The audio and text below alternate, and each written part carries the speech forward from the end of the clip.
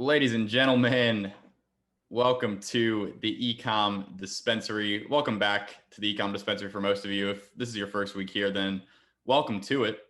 It's your boy Nate Schmidt here with my trusty partner in crime, the man himself, Scotty. Scotty, what is going on, dude? Nothing much, nothing much. You getting me out of bed early to record this? Oh yeah. Oh yeah. Yeah, we got to keep the energy high. We got to get you woken up. I hope you got some caffeine, some Coke Zero. You got that in front of you?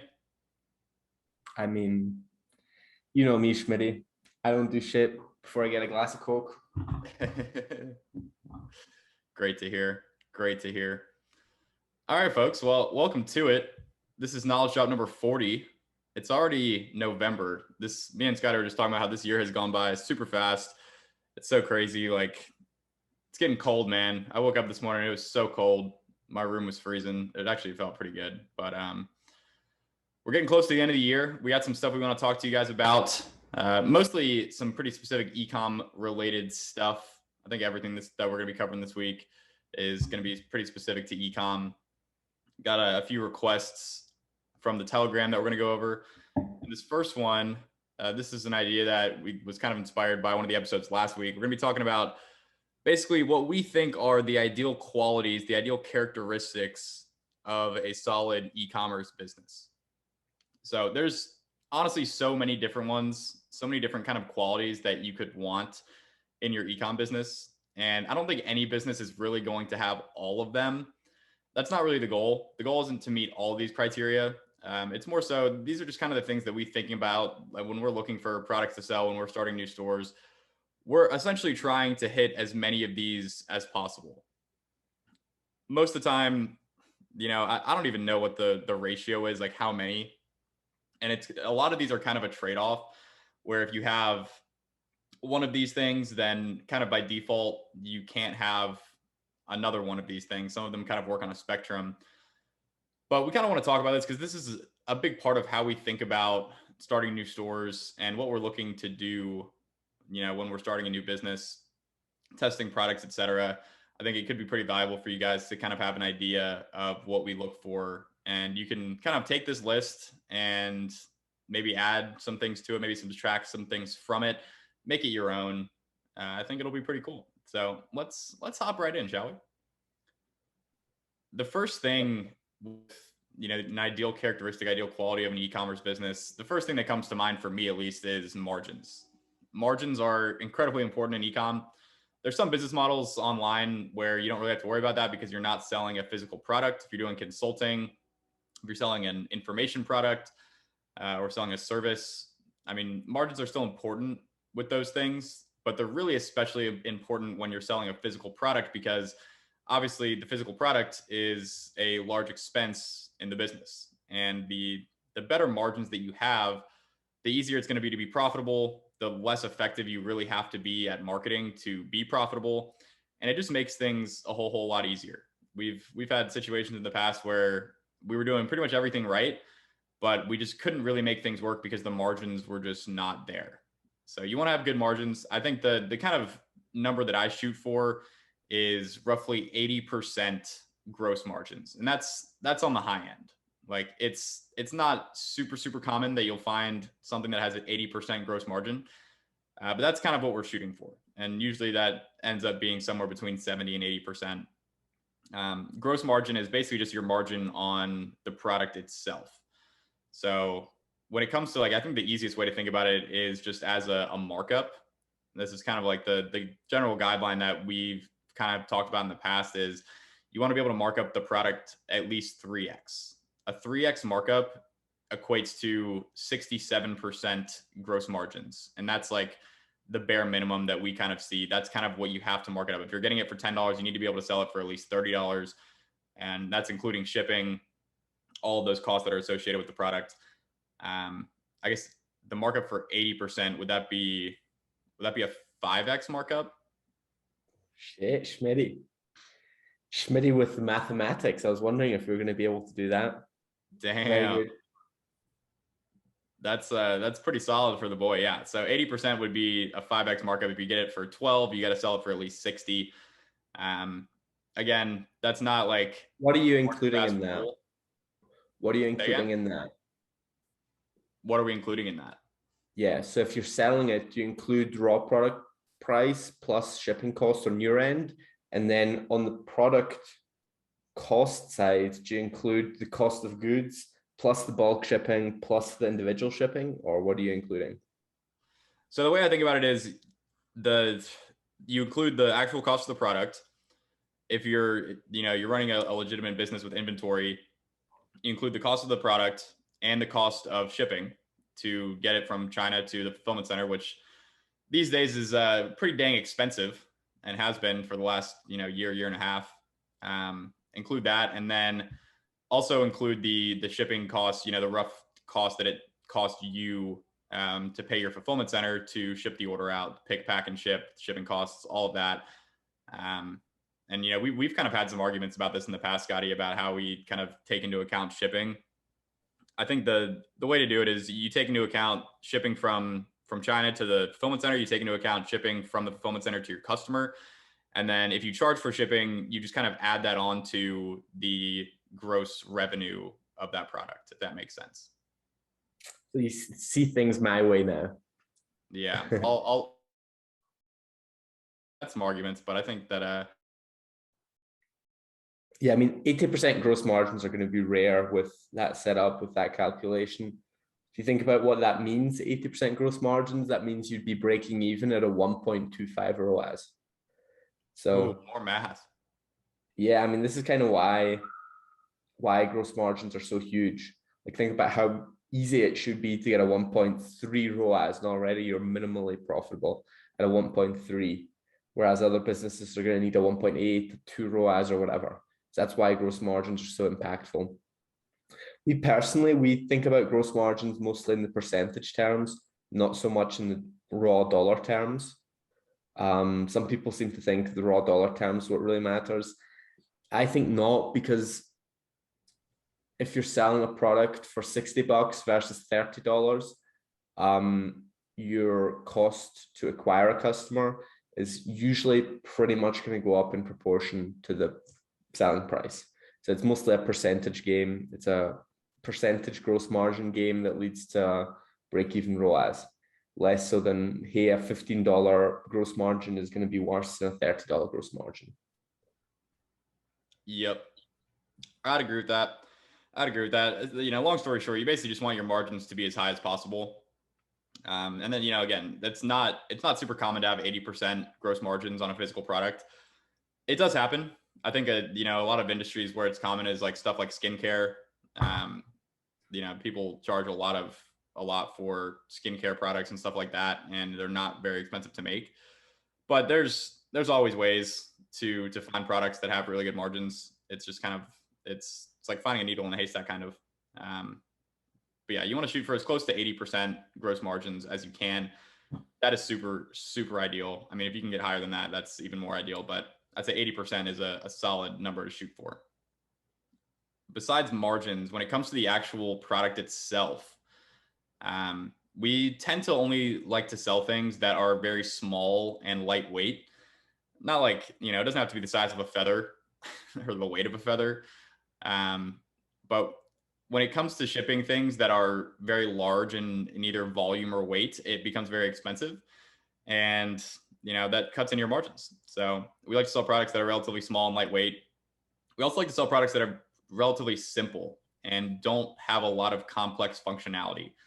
Things like, I don't know, just like various electronics, depending on the product, like there are things that in order for a customer to be satisfied, a product might have to do.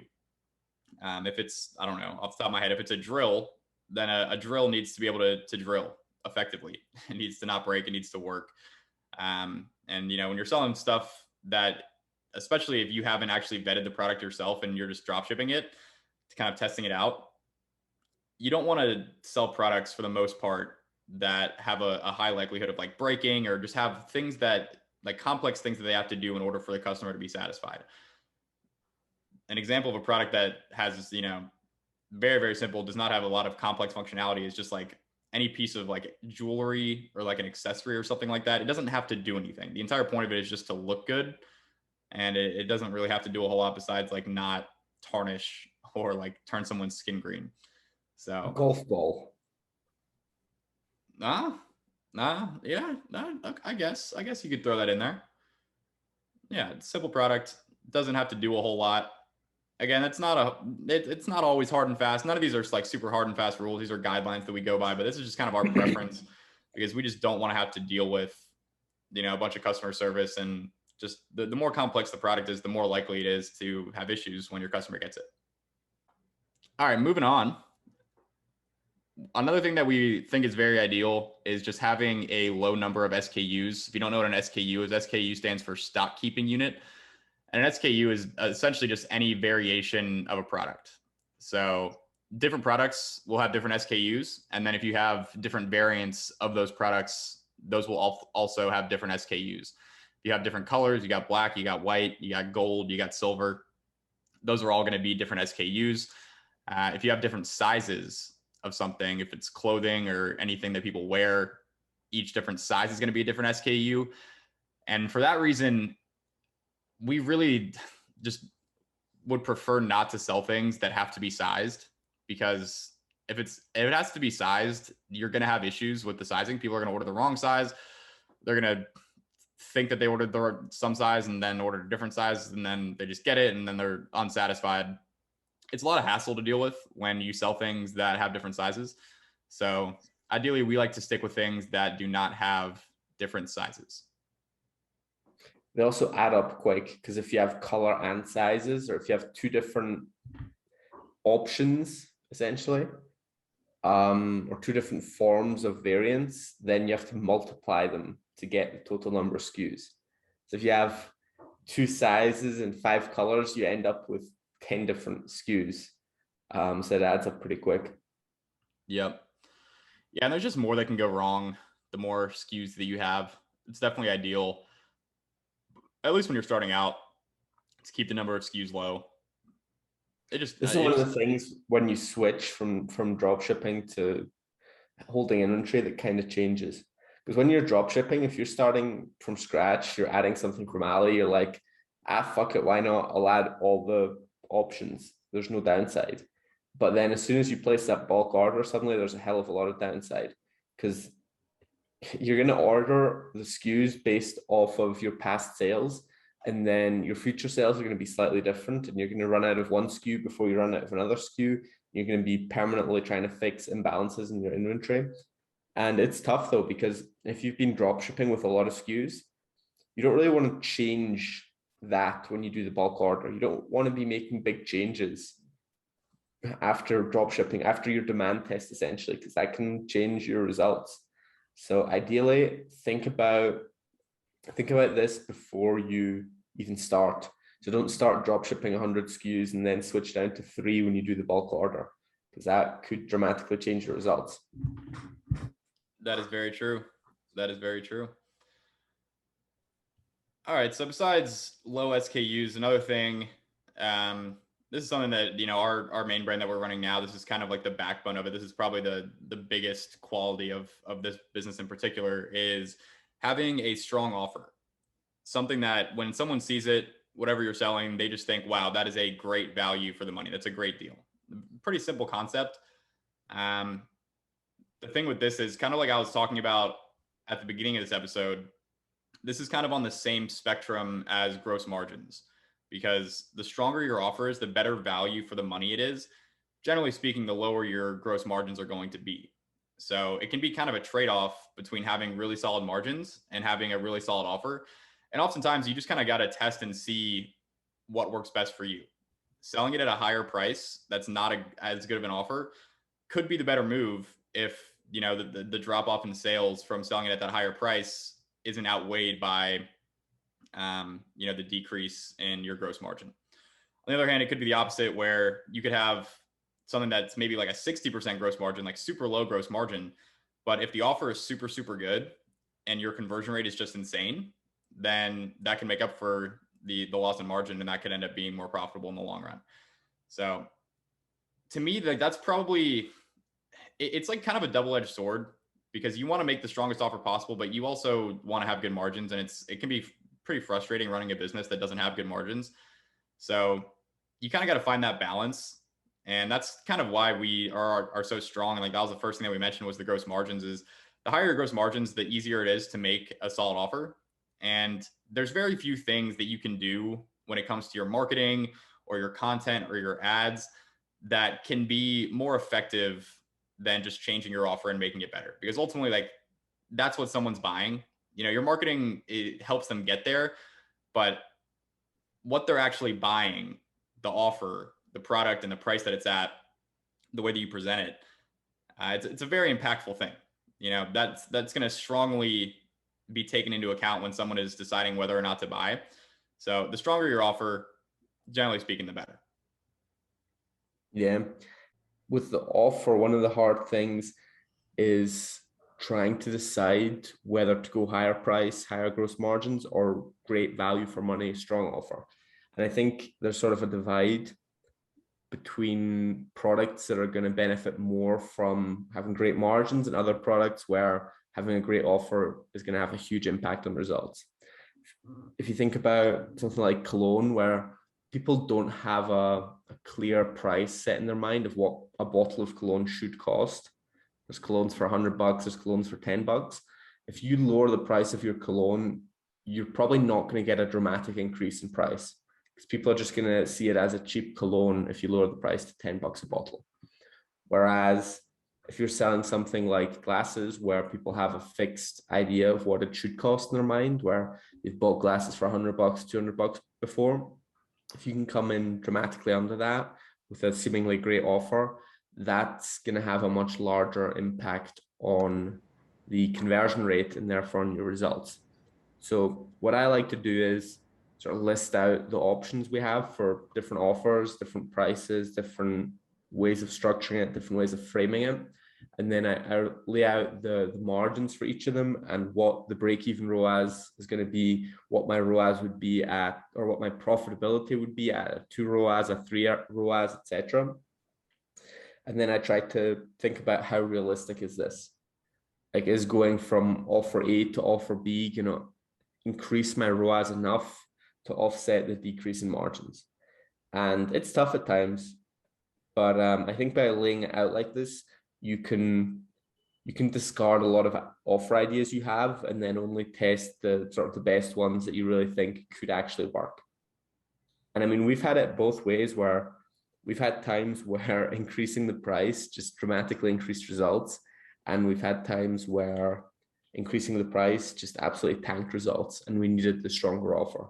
We've had both, and it's one of those hard things to, I guess, like with experience, you'll get better, but I think really listing it out, writing down the margins for each and what ROAS you need to hit to get a certain margin, I think that really helps you to evaluate different offers.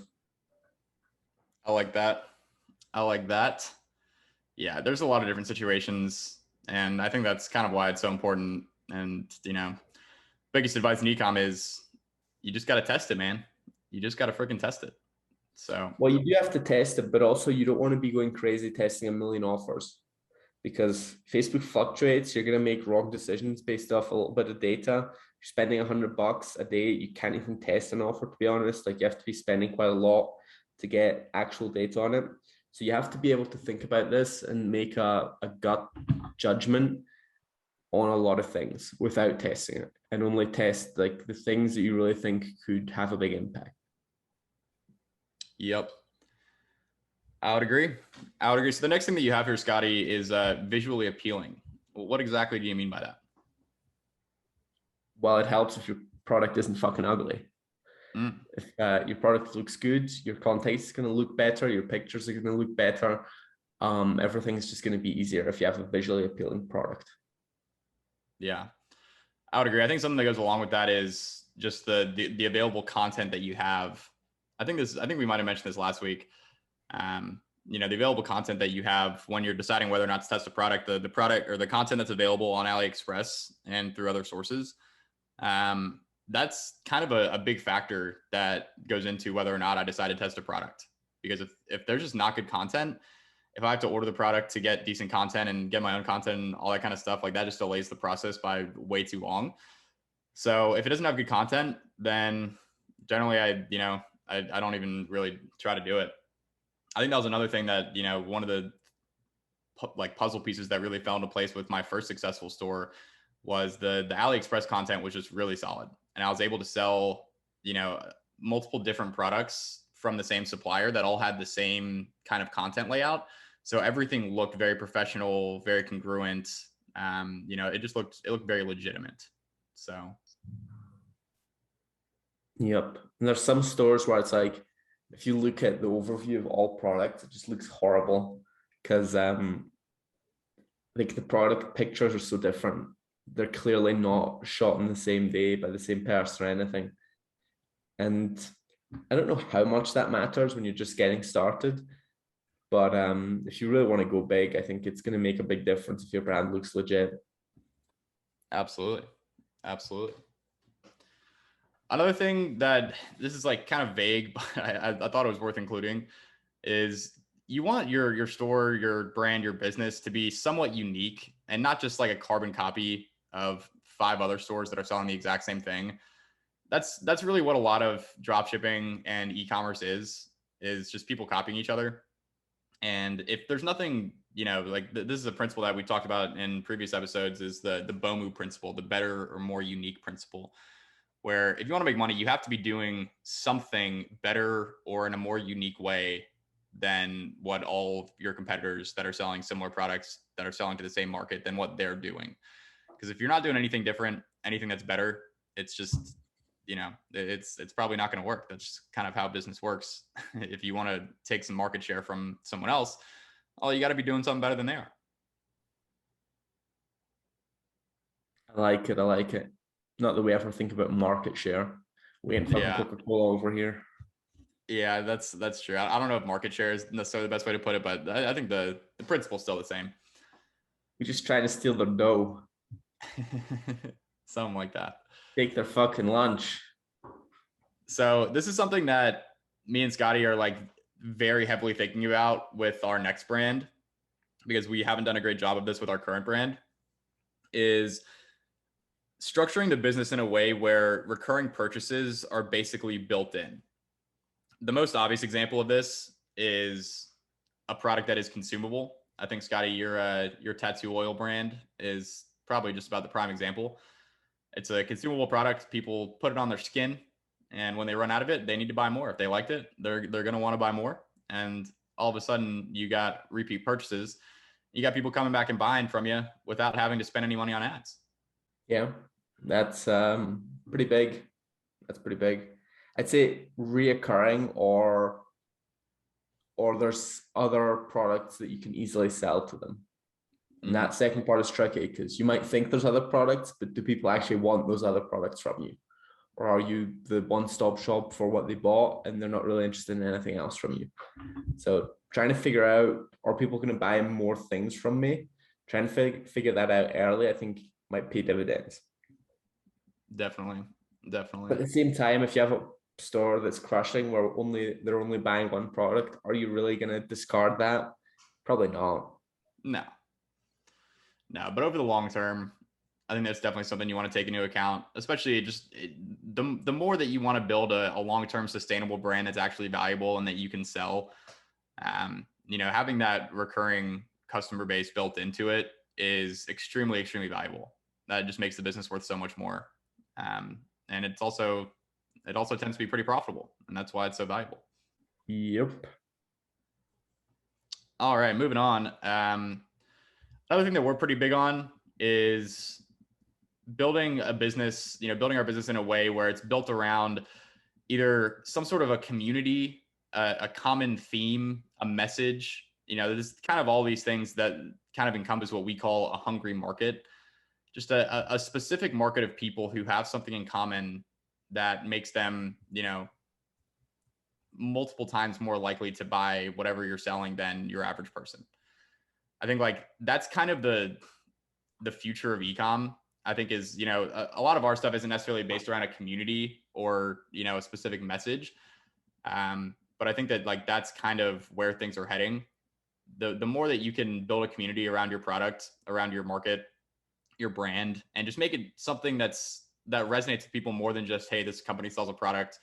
and, whatever.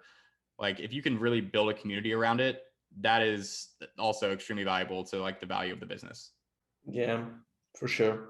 Hungry market is kind of our thing. It's just a group of people that are desperate for a solution or really want what you're selling. Yep. And then the final thing that we have here, I don't know, Scotty, maybe you have something you want to add here, but the final thing that I had here in the notes is you want to sell products that people either can't easily get from other sources, especially not for like a hell of a lot cheaper. Either they can get it or it's not very commonly known that they can get it for cheaper from other sources. There are just certain products, like a lot of people worry about the product that I'm trying to sell is available on Amazon for half the price. And a lot of people worry about that. And they're like, oh, I shouldn't sell this product because why would anyone buy from me when they can just get it from Amazon for half the price? That's somewhat of a valid concern, but it's not really like something to be worried about in all cases. Really, the only time you have to worry about that is if it's kind of a commonly known thing that people can get that product cheaper elsewhere. If they go to Amazon or if they buy from Walmart or whatever. There's products that are certainly available on Amazon for cheaper than you might sell them for. But if it's not something that people like would commonly know, then most of them aren't actually going to go search it out on Amazon. Some people will, and you might lose those people as customers, but ultimately those aren't really the people that you're selling to anyway. The kind of price shoppers and people who like super compare prices. That's not really who you want to be selling to anyway. But if it's something like, I don't know, this is a terrible example, but like toilet paper. If you're selling toilet paper, people know that they can get toilet paper from the grocery store. They know that they can order it on Amazon. They get toilet paper anywhere. And if you're selling toilet paper and you're charging a lot more than what people are used to paying, they're probably not going to buy from you. But if it's a more unique product that people don't commonly find in Walmart or isn't like a very well-known thing that they can buy on Amazon, even if it's available in Walmart or Amazon, but people don't like immediately think about it, that can still work. Like Let's Go branded toilet paper. Sure. Actually, funny enough, I didn't even know what that meant until I looked it up like right before we started recording here because I was curious. Damn. I'm disappointed in you, Schmitty. You got to stay true to that. I don't know what this means and I refuse to look it up. I did not know what it means and I did look it up and now I know what it means. That's generally how that goes. The thing about Amazon is, the way I like to think about it is, if the product's available for cheaper, you want to make your marketing and your website and everything so compelling and so professional and so just good that people see you as the real brand and Amazon as cheap knockoffs. So then they have a choice to make. Do they want to buy the shitty Xiaomi branded version on Amazon? Because in Amazon, a lot of the time it will have the Chinese name on it.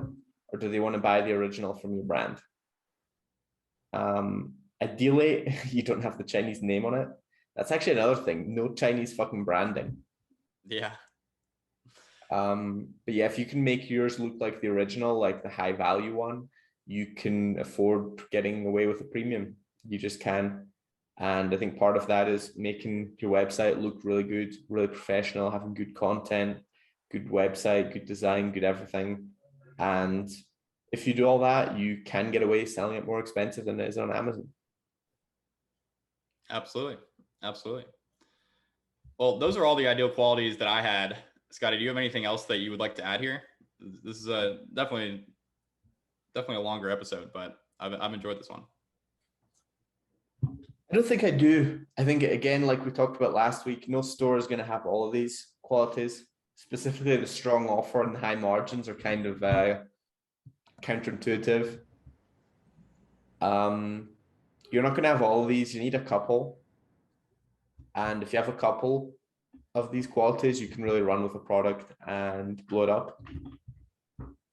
Yes, sir.